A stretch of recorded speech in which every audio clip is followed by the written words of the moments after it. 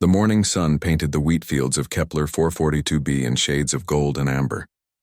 12-year-old Minho ran between the tall grain stalks, his laughter echoing across the peaceful farmland. Today was special. Today was the harvest festival, the biggest celebration in their small human colony. "Minho, come help me with these decorations," called his sister Yuna from their front porch. At 16, she always acted like the responsible one, but Minho could see the excitement dancing in her dark eyes. Even she loved festival day. Their grandmother Jesu emerged from the kitchen, wiping flour from her hands on her worn apron. "Let the boy play, Yuna. The festival happens only once a year." She smiled at Minho with the kind of warmth that made everything feel safe and right in the world. The colony of New Seoul wasn't much to look at. Just 200 families living in simple houses scattered across the valley, growing crops and raising livestock under the protection of the mighty Galactic Council. The humans here knew their place in the universe. They were a young species, barely capable of space travel, certainly not advanced enough to handle the complex politics and dangerous technologies of galactic civilization. "We should be grateful," the council representatives always told them during their monthly visits. "Not every primitive species gets this kind of protection." Minho had heard those words so many times they felt like a song stuck in his head. But today, with the festival preparations buzzing around him and the smell of his grandmother's famous honey cakes drifting from the kitchen, he didn't want to think about being primitive or protected. He just wanted to be 12 years old and happy. By noon, the entire colony had gathered in the central square. Colorful banners fluttered in the gentle breeze. Children ran between the food stalls while adults shared stories and laughter. The harvest had been good this year, and everyone felt hopeful about the coming winter. Minho was helping his friend Kyung set up the ring toss game when the first shadow passed overhead. It moved too quickly to be a cloud, and something about it made the hair on his arm stand up. "Did you see that?" Kyung asked, squinting up at the clear blue sky. Before Minho could answer, another shadow swept across the square. This one was bigger, darker, and moving with purpose. The cheerful noise of the festival began to quiet as more people looked up. Then the dragons came. They descended from the sky like living storms, their massive wings blocking out the sun. The smallest one was the size of a hover bus, while the largest stretched longer than the colony's main street. Their scales weren't the dull green or brown Minho had imagined from the old Earth stories his grandmother told. Instead, they shimmered and shifted colors like oil on water, reflecting light in ways that hurt to look at directly. The Draknari. Minho knew the name from whispered conversations between adults, from history lessons that always ended with warnings about staying safe and following council rules. These were the ancient dragons that had once ruled vast sections of the galaxy before disappearing into legend. People screamed and ran in all directions. Tables overturned, spilling food and decorations across the dusty ground. Parents grabbed their children and rushed toward their homes as if wooden walls could protect them from beings that traveled between stars. But Minho couldn't move.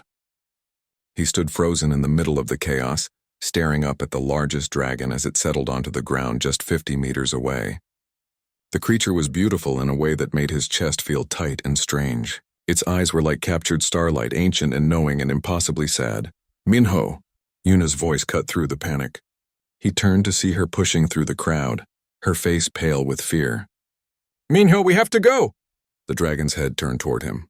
Those star-filled eyes met his, and suddenly the world went quiet. Not the kind of quiet that comes from lack of noise, but a deeper silence that seemed to reach inside his mind and touch something he didn't know was there.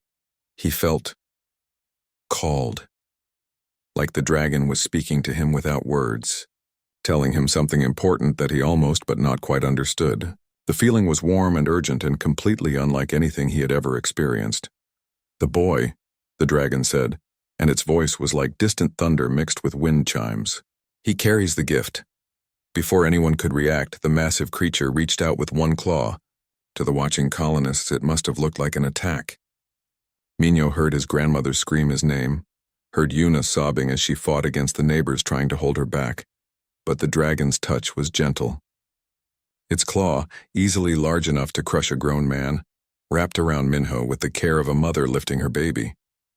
He felt no fear, only a strange sense of rightness, as if this moment had been waiting for him his whole life. "Do not fear for him," the dragon called out to the terrified humans below. He is needed. He is the key to what comes. The other dragons had already taken to the sky. Now the largest spread its wings, each one casting shadows the size of buildings. The air around them began to shimmer and bend, the way it did over hot pavement on summer days. Minho caught one last glimpse of his family. Yuna had broken free from the people holding her and was running toward them, tears streaming down her face. Grandmother Jesus stood perfectly still, her weathered hands pressed to her heart, watching him with an expression he couldn't read. "I'll come back," he called out, though he didn't know why he said it or how he could be sure. "Tell them I'll come back." Then the world twisted around them like a kaleidoscope, colors bleeding into each other until everything became light and motion, and the feeling of flying faster than thought itself. When the light faded, the dragons were gone. The festival decorations lay scattered across the empty square like the remains of a broken dream. And in the silence that followed, 200 humans stood staring at the sky, trying to understand what had just happened to one of their children. The boy named Minho had vanished into a dragon's claws, just as the old stories warned might happen to children who wandered too far from safety. But none of them knew the real story yet. None of them knew that the dragons hadn't come to take. They had come to save. 3 months had passed since the dragons took Minho. 3 long months of empty chairs at the dinner table and sleepless nights filled with worry. Yuna sat by her bedroom window every evening, staring at the stars and wondering if her little brother was still alive somewhere among them. The Galactic Council had sent their representatives just 2 days after the incident. Diplomat Vex arrived with his usual escort of silver-armored guards and that cold smile that never reached his insect-like eyes. He listened to the colonists' desperate pleas with the patience of someone hearing a familiar story. "This is unfortunate, but not unexpected," Vex had said, his voice carrying the mechanical tone that all council translators used. "Primitive species often face such tragedies when they encounter forces beyond their understanding. The Draknari are ancient and unpredictable. Your boy is most likely dead. But you have to try to find him," Yuna had begged, her voice cracking with emotion. "He's just a child. He didn't do anything wrong." Vex's forearms had moved in what passed for a shrug among his people. "The council does not waste resources on hopeless causes. We have protected your colony from many dangers. One loss, while sad, is acceptable when weighed against the greater good." That was when Yuna realized she was on her own. Grandmother Jesus tried to comfort her with old sayings about patience and hope, but Yuna could see the worry lines deepening around her grandmother's eyes with each passing day. The old woman spent hours staring at nothing, lost in thoughts she wouldn't share. The other colonists meant well with their casseroles and their awkward attempts at sympathy, but they had started to look at Yuna differently, like she was carrying some kind of curse, like the dragons might come back for her next. It was on a cold evening in late autumn that everything changed. Yuna was walking home from the grain storage facility where she now worked to help support her grandmother when she noticed the unfamiliar ship parked behind Chen's old barn. It was small and battered, the kind of vessel that had seen too many dangerous trips through contested space. She might have ignored it completely if she hadn't seen the man. He was tall and lean, with the kind of weathered face that came from years of hard living among the stars. His clothes were practical rather than fancy, and he moved with the careful awareness of someone who had survived in places where survival wasn't guaranteed. "You must be Yuna," he said, when he spotted her watching from behind a stack of grain sacks. His voice was warm, completely different from the cold efficiency of council representatives. "How do you know my name?" she asked, staying ready to run if necessary. The man stepped into the lamplight and she could see the kindness in his dark eyes. "I'm Captain Jiho. I heard about your brother." Yuna's heart jumped. "Are you here to help find him?" Jiho shook his head slowly. "I'm sorry. I'm just a smuggler trying to make a living. I don't take on rescue missions, especially not ones involving dragons." Disappointment hit her like a physical blow. "Then why are you here?" "Fuel and supplies," Jiho said simply. "Your colony is off the main shipping routes. Good place to lay low for a while." Yuna started to turn away, but something made her stop. Maybe it was the way he had called her by name, like he actually cared. Maybe it was the fact that he was the first person in months to talk to her like she was more than just a victim to be pitied. "What if I could pay you?" she asked. Jiho smiled sadly. "With what? No offense, but farming colonies don't exactly have the kind of credits it would take to mount a rescue operation in deep space." Yuna reached into her pocket and pulled out the small crystal fragment she had been carrying since that terrible day.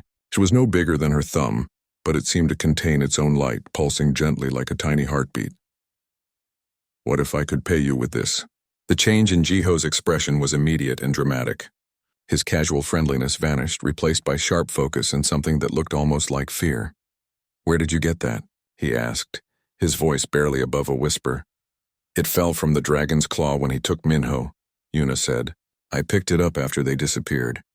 I've been carrying it ever since." Jiho held out his hand. "May I?" Yuna hesitated for a moment, then placed the crystal in his palm. The moment his skin touched it, the fragment began to glow brighter. The air around them seemed to shimmer, and Yuna could have sworn she felt the ground beneath her feet shift slightly. "Blessed stars," Jiho breathed. "Do you have any idea what this is?" "It's just a piece of dragon scale or something, isn't it?" Jiho looked up at her with an expression of wonder mixed with terror. "This isn't biological. This is technology. Advanced technology. More advanced than anything the Council has, more advanced than anything I've ever seen." He closed his fist around the crystal, and the strange effects immediately stopped. "This could change everything. Does that mean you'll help me find Minho?" Yuna asked, hardly daring to hope. Jiho was quiet for a long moment, staring at his closed fist. When he looked up again, his face had hardened into the expression of a man making a decision he knew he might regret. "I'll need a crew," he said finally. "This isn't a one-person job. Finding dragons in deep space, assuming your brother is even still alive, it's going to take more than just my ship and my pilot skills." "What kind of crew?" "The kind that asks questions the Council doesn't want answered," Jiho said. "I know a few people who might be interested. A disgraced engineer who got kicked out of the Council for asking too many questions about human potential. A former military pilot who lost his commission for refusing to follow orders he thought were wrong. A young woman with a gift for languages that makes the Council nervous." Yuna felt hope beginning to bloom in her chest for the first time in months. "You really think we can find him?" "I think this crystal means your brother's disappearance is about more than just one boy being in the wrong place at the wrong time," Jiho said. "And I think the Council's refusal to help might not be as simple as not wanting to waste resources." He handed the crystal back to her, and she carefully tucked it into her pocket. "Meet me here tomorrow night," Jiho said. "Bring anything you might need for a long journey. And Yuna, don't tell anyone about this conversation. Not your grandmother, not your neighbors, not anyone. If I'm right about what this crystal means, there are people who would kill to keep certain secrets buried." As Yuna walked home that night, she felt something she hadn't experienced since the dragons took Minho. She felt like someone was finally taking her seriously. Someone was finally willing to help her fight for her brother instead of just telling her to accept his loss and move on. She didn't sleep that night.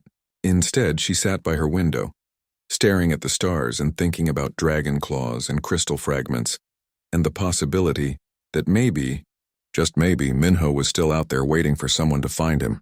Tomorrow, she would take the first step on a journey that would change not just her life, but the entire galaxy's understanding of what it meant to be human. 2 weeks later, Yuna found herself sitting inside the strangest spaceship she had ever imagined. The Soul's Pride looked rough on the outside, but inside it hummed with energy that made her skin tingle. Captain Jiho had kept his promise. His crew was exactly the kind of people the Council would never approve of. Sonia was the first person Yuna met when she came aboard. The former Council engineer had short silver hair and bright green eyes that seemed to see everything at once. She had been thrown out of her position for asking too many questions about why humans were kept away from certain technologies. "They said I was becoming too interested in human potential," Sonia explained as she showed Yuna around the ship's engine room. "Apparently that made me dangerous." Dongyuk the pilot was quiet but friendly. He had scars on his hands from his military days and a way of moving that reminded Yuna of a cat ready to spring into action. He had been discharged for refusing to fire on a human transport ship that was trying to leave Council space without permission. "Sometimes, doing the right thing costs you everything," he told Yuna with a sad smile. "But you sleep better at night." The most interesting crew member was Nari, who looked barely older than Yuna herself. She had an unusual gift for understanding alien languages, even ones she had never heard before. It made the Council nervous because they couldn't control what she might learn from listening to conversations they thought humans wouldn't understand. "Languages are like music," Nari explained as they traveled through hyperspace, following energy traces that Sonya's instruments could barely detect. Once you hear the rhythm, the meaning comes naturally. For 3 days, they chased faint signals through the empty space at the edge of the known galaxy. Yuna spent most of her time staring out the viewports, hoping to catch a glimpse of dragons in the darkness between stars. The crystal fragment in her pocket grew warmer each day, as if it was responding to something nearby. On the 4th day, Dongyuk called everyone to the bridge with excitement in his voice. "You need to see this," he said, pointing at the main screen. What Yuna saw made her gasp. Floating in the void ahead of them was a massive structure that seemed to phase in and out of reality. Sometimes it looked solid, like a city built inside the body of some impossible creature. Other times it became transparent, as if it existed only halfway in their dimension. "It's a Draknari city ship," Sonya breathed. "I thought they were just legends." "The energy readings are off the charts," Jiho said, studying his instruments with amazement. "Whatever technology they're using, it's thousands of years ahead of anything we have." As they approached, the soul's pride began to shake. Warning lights flashed across the control panels, and Yuna felt a strange pulling sensation in her chest. "We're being pulled in," Dongyuk reported, his hands flying over the controls. "I can't break free." "Don't fight it," Nari said suddenly. She was holding her hands to her head as if listening to something only she could hear. "They're not trying to hurt us. They're welcoming us." The ship was drawn inside what looked like a massive docking bay. The walls around them pulsed with soft light that reminded Yuna of the crystal fragment. As they landed, figures approached their ship. Tall, graceful beings that looked almost human except for their eyes, which held the same starlight Yuna remembered from that day at the festival. "Draknari," Jiho whispered. "But they look human," Sonya finished. "Or close to it." The boarding ramp lowered, and the crew walked out together. The Draknari waiting for them wore simple clothes that seemed to be made of woven light. They moved with quiet dignity, and when they spoke, their voices carried the same musical quality Yuna remembered from the dragon who had taken Minho. "Welcome," said the one who seemed to be their leader. "We have been expecting you." They were escorted through corridors that defied logic, where the walls showed views of distant galaxies and the ceiling held what looked like captured stars. Everything was beautiful in a way that made Yuna's heart ache. Finally, they were brought to a vast chamber where dragons floated in the air like living clouds. At the center, on a platform that seemed to be made of crystallized music, sat the largest dragon Yuna had ever seen. Its scales shifted through every color imaginable, and its eyes held the wisdom of ages. But it was the small figure sitting beside the great dragon that made Yuna cry out in joy and disbelief. "Minho!" Her little brother turned toward her, and Yuna's happiness faltered. He was definitely Minho, but something had changed. His eyes now held their own inner light, and when he smiled, it was with knowledge far beyond his 12 years. "Hello, sister," he said, his voice carrying new depths. "I told them you would come." Yuna ran to him, wrapping him in a hug that he returned with all the warmth she remembered. But when she pulled back to look at him, she could see the difference clearly. This was still her brother, but he was also something more. "Are you hurt?" she asked, checking him for injuries. "Did they hurt you?" Minho laughed, and it was the same laugh she knew, just touched with something ancient. "They saved me, Yuna. The council was coming for me. They wanted to take me away and use me for something terrible." The great dragon spoke then, its voice filling the chamber like distant thunder. "I am Elder Taeyang. What you call an abduction was actually a rescue. Your brother possesses a gift that appears once in many generations among your people. The ability to touch the quantum fields that hold reality together." Captain Jiho stepped forward. "Quantum fields? What are you talking about?" Elder Taeyang's enormous head turned toward him. "Your people call it intuition. Sometimes luck, sometimes just being in the right place at the right time. But it is much more. It is the ability to perceive and influence the fundamental forces that shape existence itself." Sonya was studying her instruments, her face pale with shock. The energy readings around the boy, they're impossible. It's like he's connected to the space-time fabric itself. "The council knows," Elder Taeyang continued. "They have been watching humans with this gift for generations, taking them when they become too powerful, turning them into weapons or eliminating them to prevent them from discovering their true nature." Yuna felt cold despite the warm air of the chamber. "You're saying they wanted to hurt Minho?" We have been protecting your people for longer than your recorded history, the elder explained. But we failed once before, and the consequences were terrible. We could not allow them to take another gifted human child. Failed at what? Dong-hyuk asked. The dragon's eyes grew sad, ancient pain flickering in their starlit depths.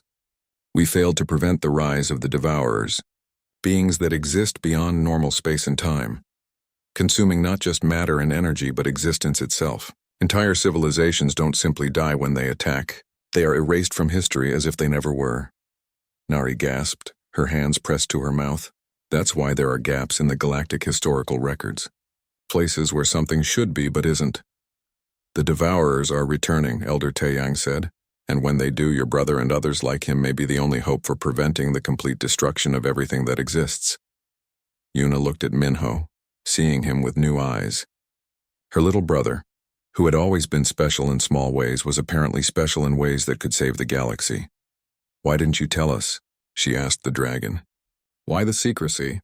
Because the council would have declared war on us rather than admit they were wrong about human potential, Elder Taeyang replied. And because your brother needed time to grow into his abilities safely, away from those who would exploit him.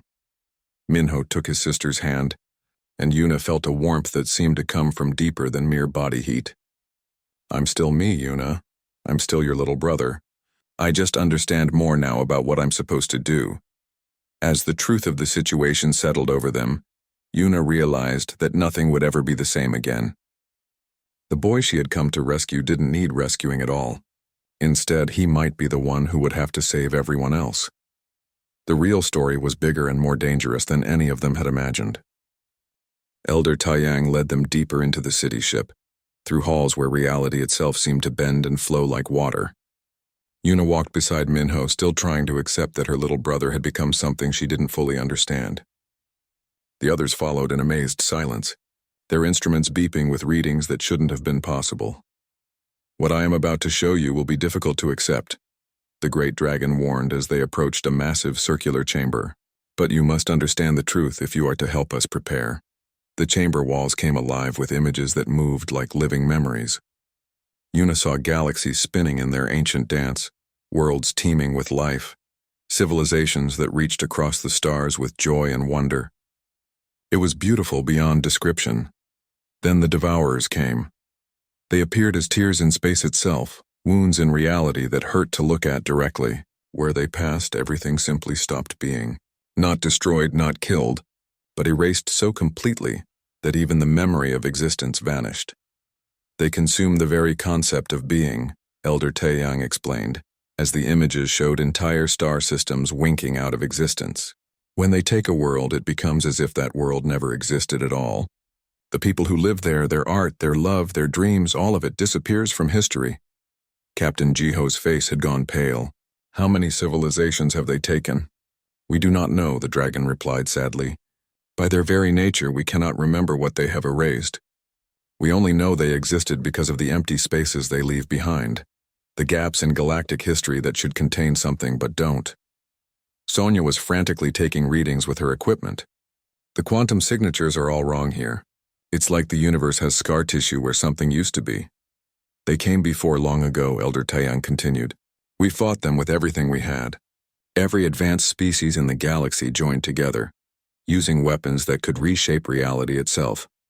We stopped them, but at a terrible cost. The images showed the aftermath of that ancient war.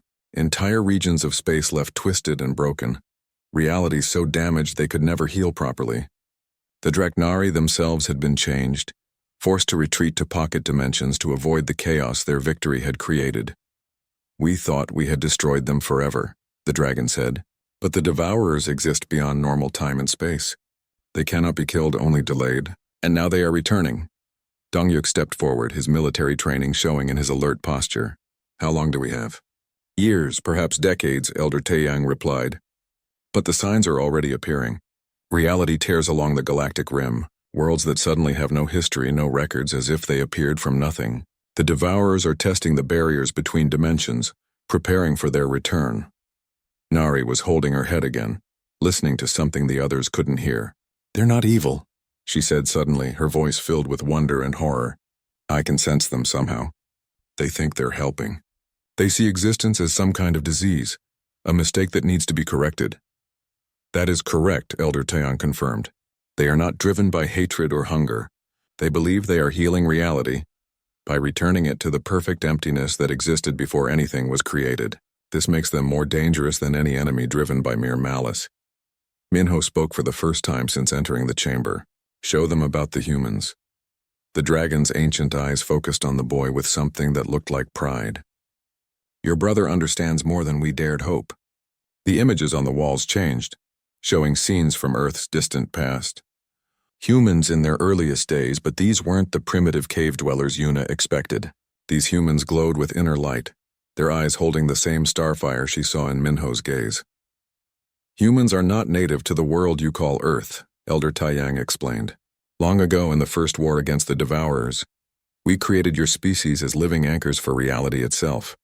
Each human with the gift could stabilize the quantum fields around them, preventing the Devourers from erasing existence in their vicinity. Captain Jiho sat down heavily on a crystalline bench, his face showing the strain of too many impossible revelations.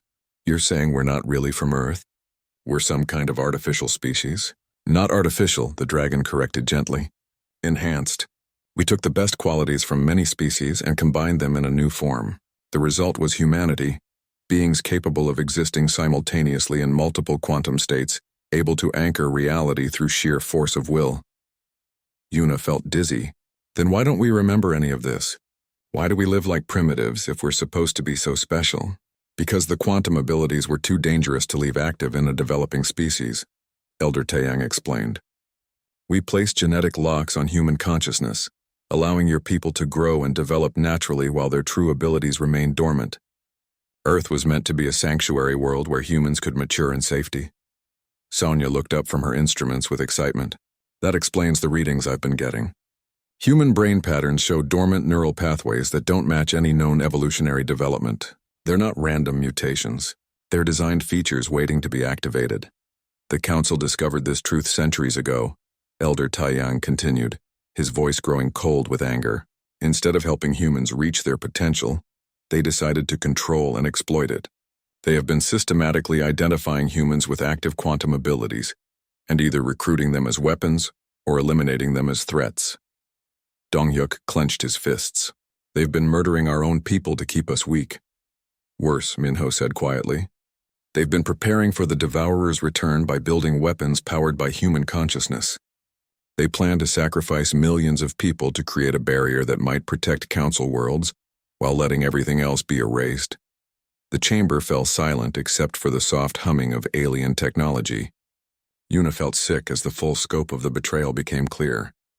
The beings who claimed to protect humanity were actually planning to use them as fuel for a weapon that might not even work. This is why we took your brother, Elder Taeyang explained. His abilities were developing rapidly. Within months, the Council would have detected him and taken him for their program. We could not allow another gifted human child to be turned into a weapon. Captain Jiho stood up slowly, his face hardening with determination. What do you need from us? We need to awaken humanity's true potential, the dragon replied. Not just a few gifted individuals, but entire populations. When the Devourers return, we will need thousands of quantum anchors working together to have any hope of stopping them. But the Council will never allow that, Sonia protested. They'll declare war before they let humans become that powerful. Then we must be prepared for war, Elder Taeyang said simply. The choice is between fighting the Council now or watching the Devourers erase everything that exists later. Yuna looked at her brother, seeing the weight of cosmic responsibility in his young eyes. Minho, what do you want to do? Her brother smiled, and for a moment he looked like the carefree 12-year-old she remembered. I want to go home, Yuna. I want to see Grandmother Hesu again and eat her honey cakes and play in the wheat fields. His expression grew serious. But first I want to save the galaxy, and I want to do it with my sister by my side. The decision was made in that moment, though none of them fully understood what they were choosing. They would return to human space not as refugees fleeing from dragons, but as revolutionaries carrying the truth about humanity's destiny. They would awaken their species to its true potential, fight the Council if necessary, and prepare for a war against enemies that existed beyond the edges of reality itself. The storm was coming, and they would meet it together. The journey back to human space took 5 days, but it felt like a lifetime to Yuna. The Soul's Pride now carried more than just her small rescue crew.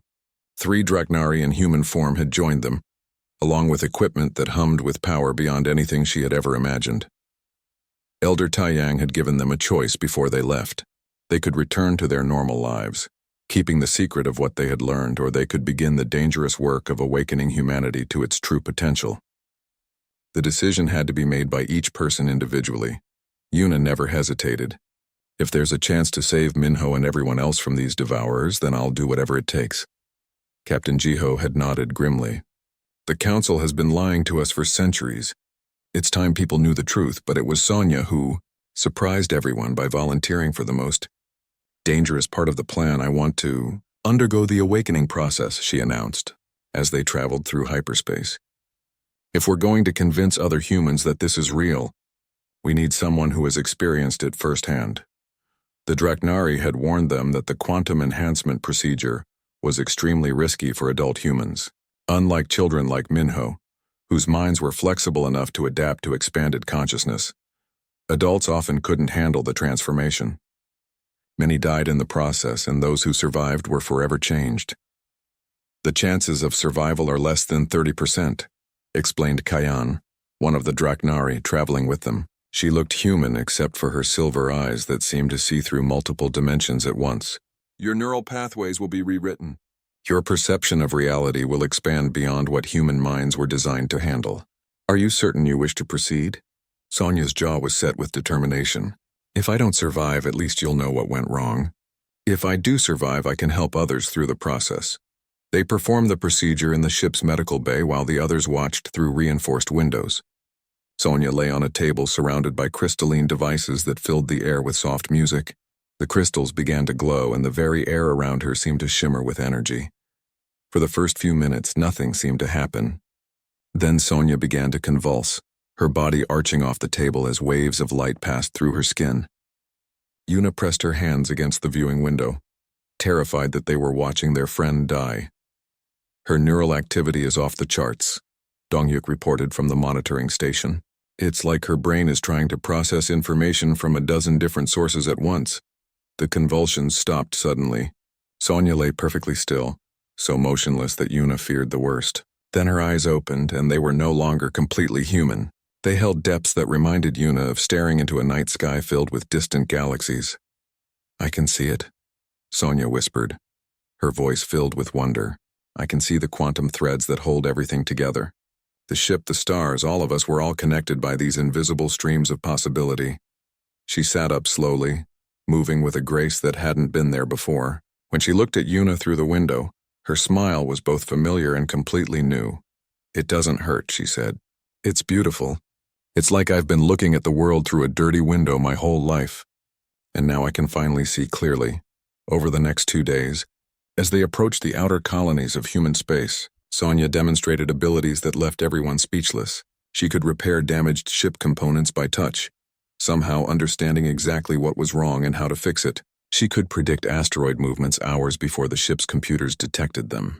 Most amazingly, she could communicate directly with the Draknari technology, making improvements to systems that had been unchanged for thousands of years. This is incredible, Captain Jiho said as he watched Sonya optimize their hyperspace drive with casual ease. If we could awaken even a fraction of humanity to this level of ability, we could change the balance of power in the entire galaxy, Donghyuk finished. The Council wouldn't be able to keep treating us like children anymore, but they weren't the only ones making discoveries. Nari had been spending hours in meditation with the Draknari, learning to expand her language abilities in ways that defied explanation.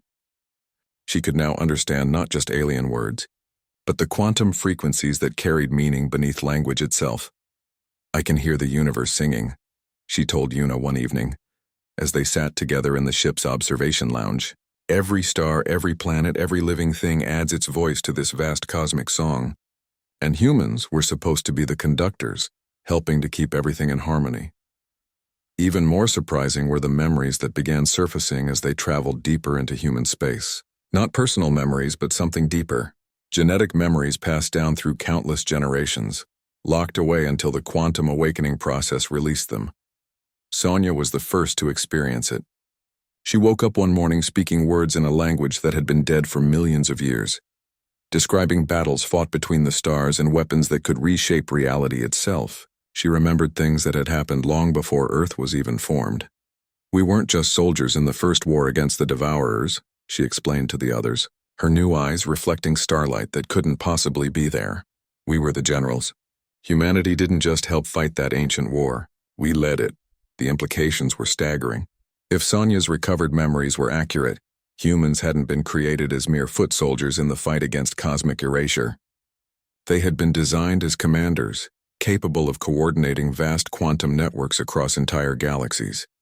"That's why the Council fears us so much," Minho said when they shared the discovery with him. "They know that once humans remember who we really are, we won't need their protection anymore. We'll be the ones making decisions about the galaxy's future." As they finally entered the space around Kepler 442b, approaching the colony where this all began, Yuna felt the weight of destiny settling on her shoulders. They weren't just returning home with her rescued brother. They were bringing back knowledge that would change everything.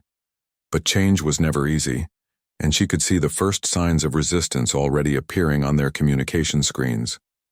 Council ships were moving toward human colonies, their intentions unclear but certainly not friendly. "They know we're coming," Captain Jiho observed as he studied the tactical displays. "Somehow they know what we've learned." "Of course they do," Kion said calmly. "The quantum awakening process creates ripples in reality itself. Any council agent with the right equipment would be able to detect them. They know that their carefully maintained lies are about to be exposed." Yuna looked out at the familiar stars surrounding her homeworld and felt a mixture of joy and fear. She was finally bringing Minho home just as she had promised. But she was also bringing a truth that might tear apart the only life her people had ever known. "Are we ready for this?" she asked the others. Sonia's enhanced eyes met hers, filled with confidence born from seeing the underlying structure of reality itself. "We have to be. The alternative is letting the Devourers erase everything when they return." As the soul's pride descended toward the surface of Kepler 442b, Yuna realized that the easy part of their journey was over. Rescuing Minho had been simple compared to what came next. Now they had to awaken an entire species to its true destiny, whether that species was ready or not. The first thing Yuna saw when they landed back on Kepler 442b was her grandmother standing in the wheat field, exactly where she had been that terrible day 3 months ago. But Jesus wasn't alone. Council ships filled the sky like metal storm clouds, and armed guards surrounded the colony. "They got here first," Captain Jiho muttered, studying the scene through the ship's viewports. "This looks like a full military occupation."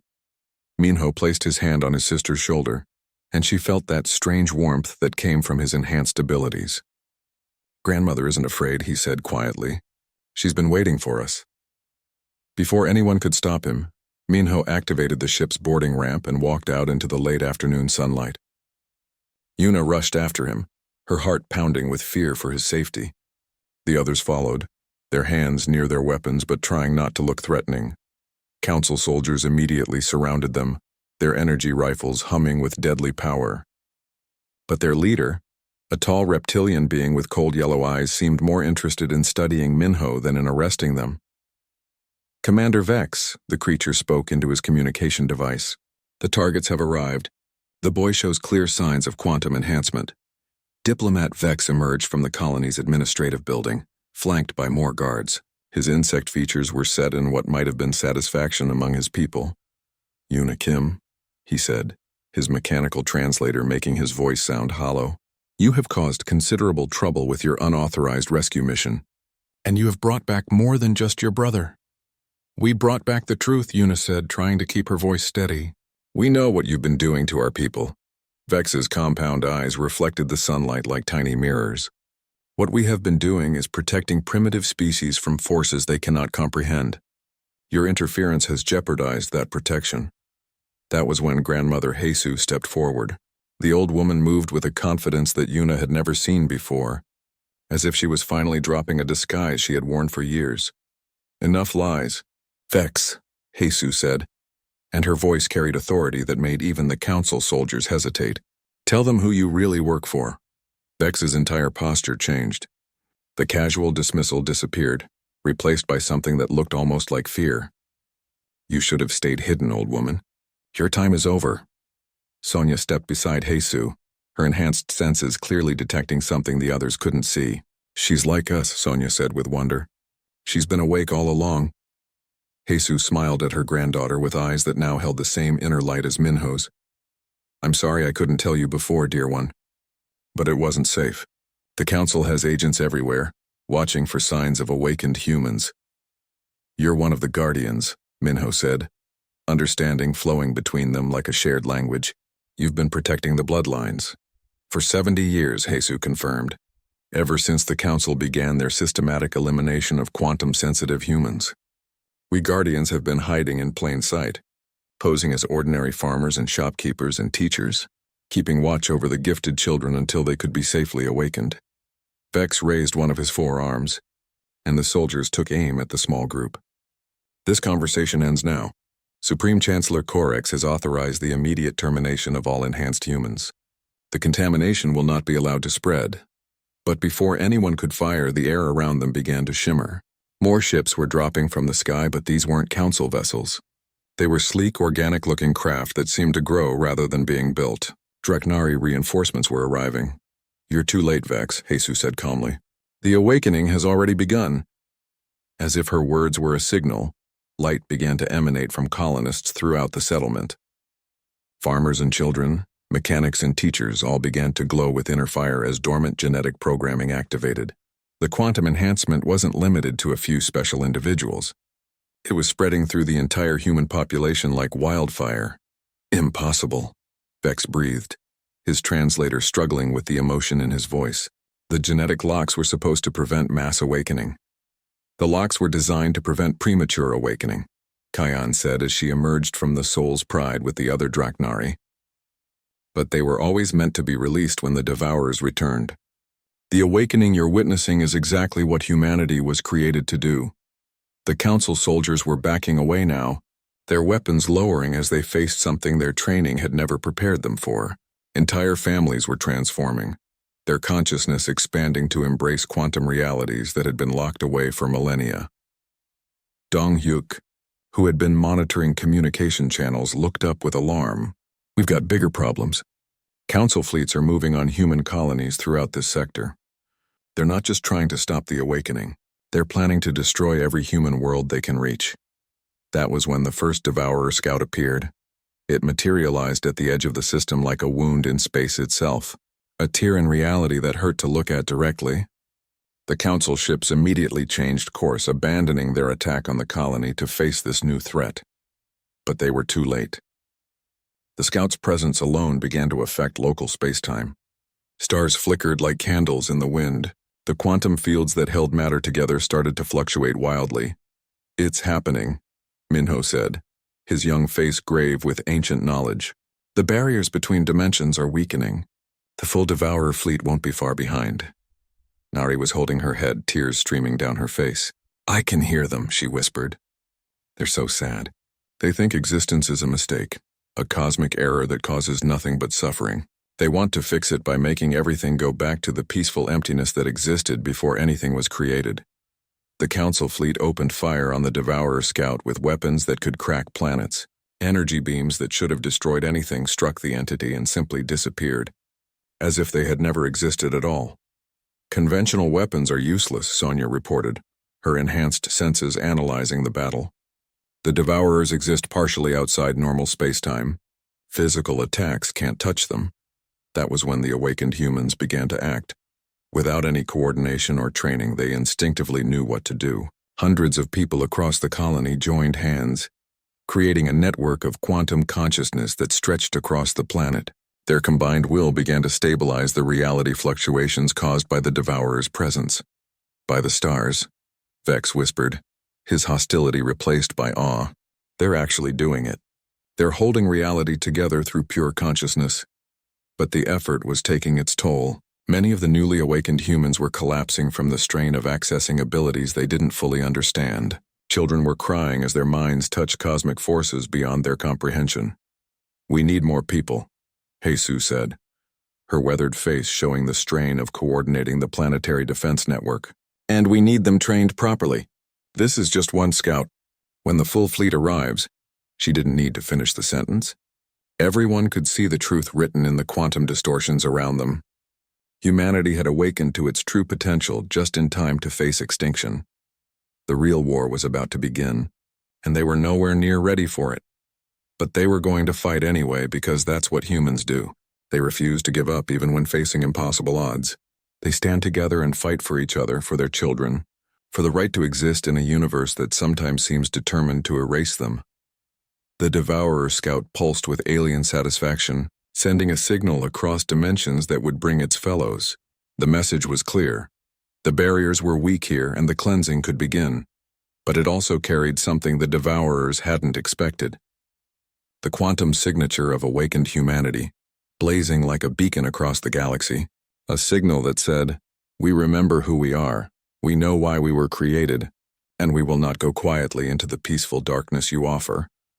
The galaxy's fate would be decided by beings who had spent centuries believing they were primitives, in need of protection. Now they would discover whether that protection had made them weak, or whether their human stubbornness was strong enough to hold existence itself together.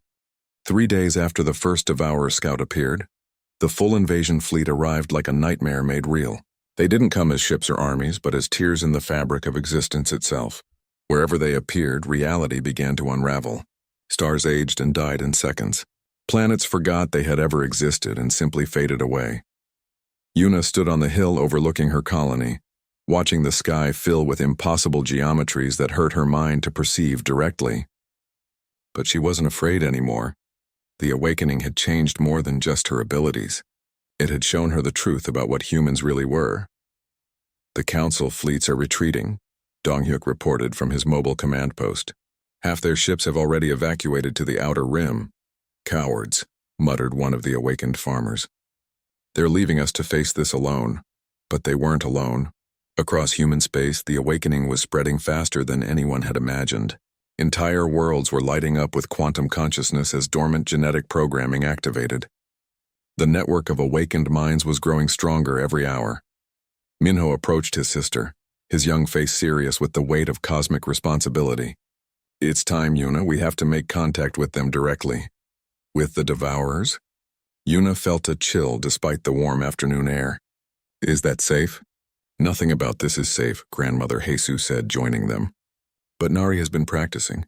She thinks she can establish communication without losing herself to their influence."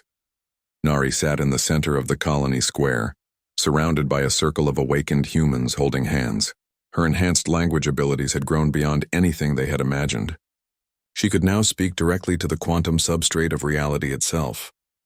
"I can feel them," she said, her voice distant and strange. "They're not evil, just confused. They see existence as a wound in the perfect emptiness that came before creation. They think they're helping by healing that wound."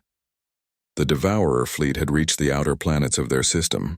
As they passed, the gas giants simply stopped being. Not destroyed, but erased so completely that the star charts automatically updated to show empty space where worlds had orbited for billions of years. "Talk to them," Una urged. "Help them understand." Nari's consciousness reached out across space and dimensions, touching minds that existed beyond the normal boundaries of time and matter. The contact was like trying to hold lightning in her bare hands, but she persevered. "We are not a disease," she projected with all the force of her awakened will.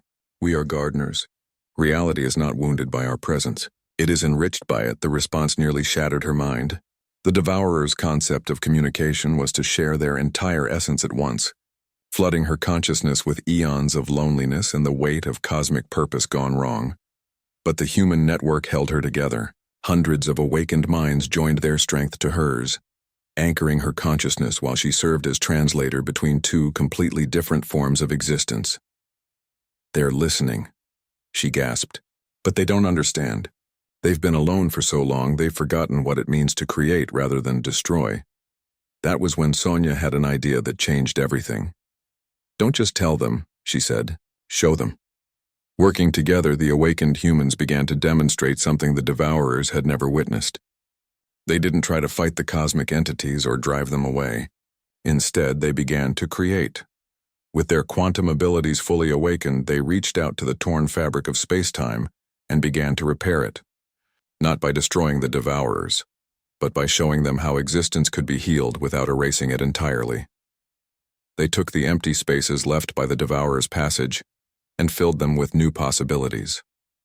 Where planets had been erased, they planted the quantum seeds of future worlds. Where stars had forgotten how to shine, they rekindled their fires with pure human stubbornness. Impossible, Vex whispered from his position with the remaining council forces. They're actually reversing the damage. They're creating new realities from nothing. Elder Taeyang's great dragon form materialized above the colony, his ancient voice carrying hope for the first time in millennia. This is why we created them. Not as weapons, but as gardeners of existence itself. They were always meant to heal the wounds left by cosmic conflicts. The Devourer fleet slowed, then stopped entirely. For the first time in their endless existence, they were witnessing something they had thought impossible. Existence was being created rather than destroyed, and the new realities were more beautiful and complex than what had come before. Nari maintained her precarious contact with their alien minds. They're amazed. They never considered that the wound of existence could be healed by adding to it rather than erasing it. But the greatest surprise came when Captain Jiho made a discovery that explained everything. The quantum signatures, he said, staring at his instruments in wonder. The Devourers aren't separate from us. They're the other half of the equation. We create, they cleanse. We plant, they prune. We were always meant to work together. The truth hit them like a revelation that restructured their understanding of cosmic history. The ancient war hadn't been between good and evil, but between two necessary forces that had lost their balance. Humans had been created not just to stop the Devourers, but to teach them how to be gardeners instead of destroyers. Working together for the first time in millions of years, humans and Devourers began to heal the damaged regions of space.